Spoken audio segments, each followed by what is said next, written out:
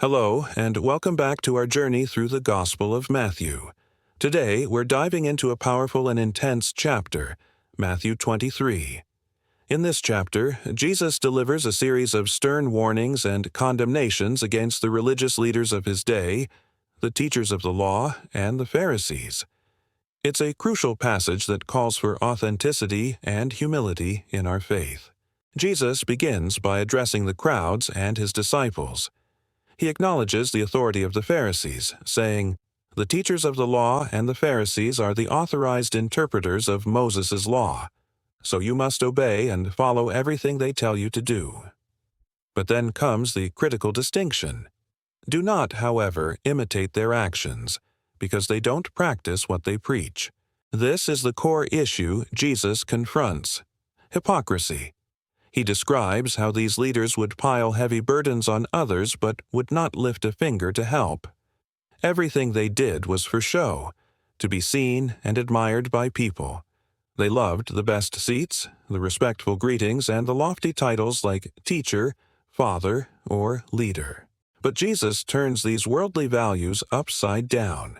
He tells his followers not to seek these titles, because we are all one family, with one teacher, one Father in heaven, and one leader, the Messiah. He establishes a new standard for greatness.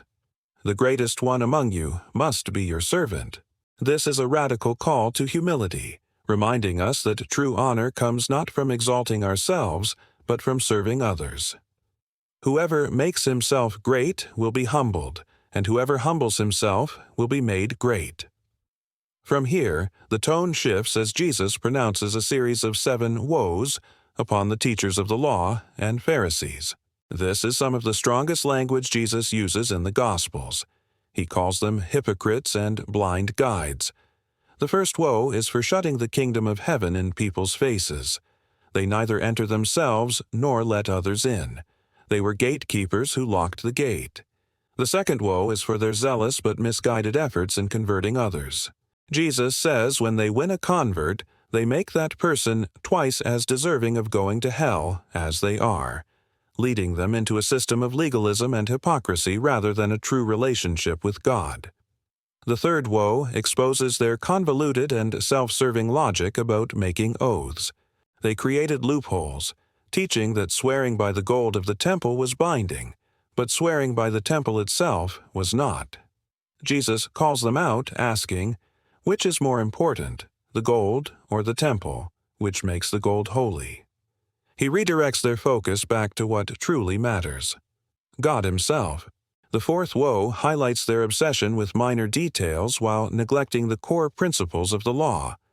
Jesus says, "You give to God 1/10 even of the seasoning herbs, but you neglect to obey the really important teachings of the law, such as justice and mercy and honesty." He uses the vivid image of straining a tiny fly from a drink only to swallow a whole camel. It's a powerful metaphor for majoring on the minors. The fifth and sixth woes use the imagery of a cup and a tomb. He accuses them of cleaning the outside of the cup and plate while the inside is filled with greed and self-indulgence. They are like whitewashed tombs, which look fine on the outside but are full of bones and decaying corpses on the inside. It's a sobering reminder that God is concerned with the state of our hearts, not just our outward appearance.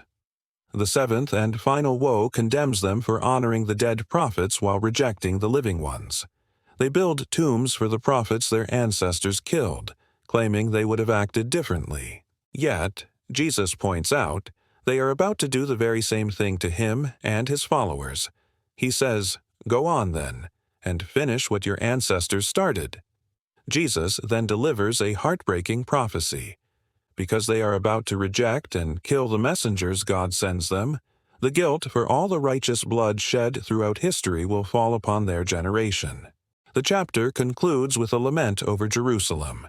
Despite the harsh rebukes, Jesus' deep love and sorrow shine through. "Jerusalem, Jerusalem, you kill the prophets and stone the messengers God has sent you. How many times have I wanted to put my arms round all your people just as a hen gathers her chicks under her wings, but you would not let me." His heart breaks for the city that has repeatedly rejected God's love. Because of this rejection, he foretells the desolation of their temple and declares that they will not see him again until they are ready to welcome him with the words, "God bless him who comes in the name of the Lord." Matthew 23 is a profound call for self-examination.